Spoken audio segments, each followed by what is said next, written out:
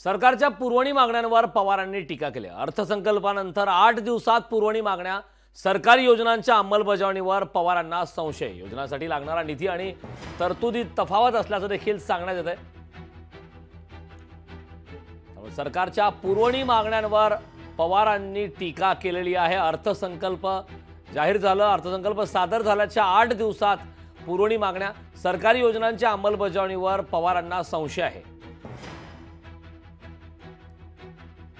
इसे काय झालंय की अंदाजपत्रक वाढलं आणि 8 दिवसात पुरवणी मागण्या आणि पुरवणी मागण्या ठरवण्याचा हा कालावधी हा अतिशय कमी आहे। पण ठीक आहे, सरकार त्याचं माझं काही म्हणणं नाही। पण ज्या मागण्या या कार्यक्रमाच्यासाठी आपण करतो त्या कार्यक्रमाची एकंदर लागणारी रकमेची गरज आणि शासनाकडे आत्ता असलेली निधी याच्यामध्ये जर प्रचंड अंतर असेल तर त्याची अंमलबजावणी किती होईल हे सांगता येत नाही।